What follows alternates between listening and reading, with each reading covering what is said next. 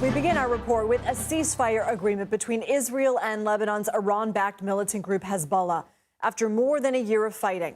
President Biden said Tuesday both sides have accepted a U.S.-backed deal, which will be implemented with the help of France. This has been the deadliest conflict between Israel and Hezbollah in decades. Lasting security for the people of Israel and Lebanon cannot be achieved only on the battlefield. And that's why I directed my team to work with the governments of Israel and Lebanon to forge a ceasefire, to bring the conflict between Israel and Hezbollah to a close. A full and permanent ceasefire will go into effect early Wednesday morning local time. The Israeli military will have 60 days to complete a gradual withdrawal from Lebanon. The first round of troops to leave the country will start within the next 10 days. Hezbollah is expected to withdraw its forces and weapons about 20 miles back from the Israeli border.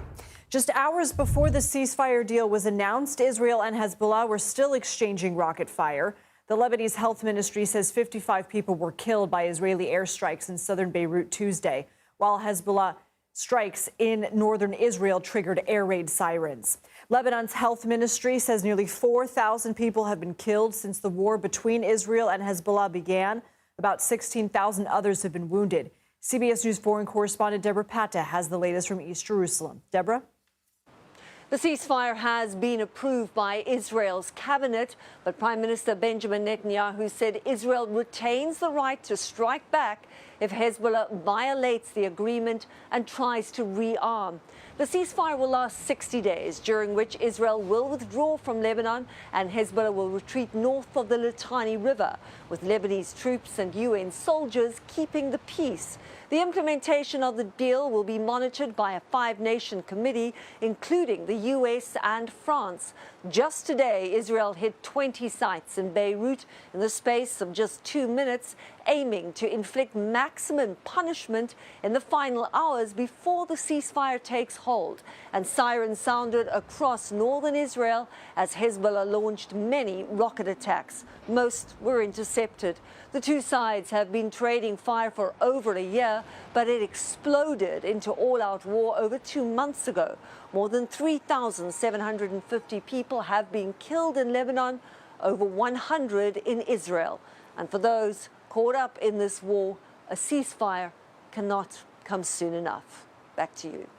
Debora Patta in East Jerusalem, thank you. For more, let's bring in CBS News contributor Andrew Boyd. He's the former chief of operations from the CIA's Counterterrorism Mission Center. Andrew, if you can, peel back the curtain for us. How is a deal like this brokered?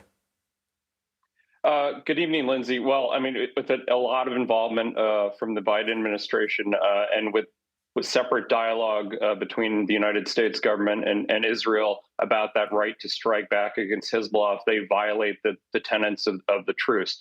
But the basic guidelines for this ceasefire, this truce, is UN Resolution 1701, because Hezbollah, which was drafted after the 2006 war but never really adhered to, Hezbollah has to withdraw north of the Litani River, 20 miles north of the Israeli border, which takes it out of the range of being a direct threat to the citizens of northern Israel. But the key, as your correspondent just noted, is that Hezbollah has to actually adhere to this agreement, and we'll see over the next 60 days if that is what they decide to do.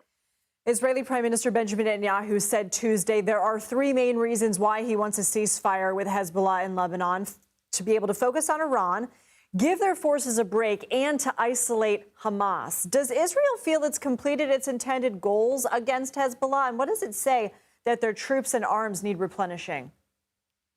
So, I mean, I think any army with limited capacity needs to replenish their arms. So that is a good statement. It's an important political statement for Prime Minister Netanyahu. But they have achieved their goals. I mean, this is a truce. This is a ceasefire. It's an important step for the innocent civilians in Lebanon and Israel. It's an important step so that Israeli citizens can move back to northern Israel to their homes. But I really hesitate to really call it a truce or a ceasefire. This is Hezbollah surrendering. They have been defeated. They are no longer militarily relevant. They have a terrorism arm that can conduct operations outside of the Lebanese-Israeli border area. And so we all have to be worried about that. And they also their sponsors in Iran may have something to say about terrorist operations. But as far as a military force, and frankly, in a lot of ways, a political force in Lebanon, they have been defeated.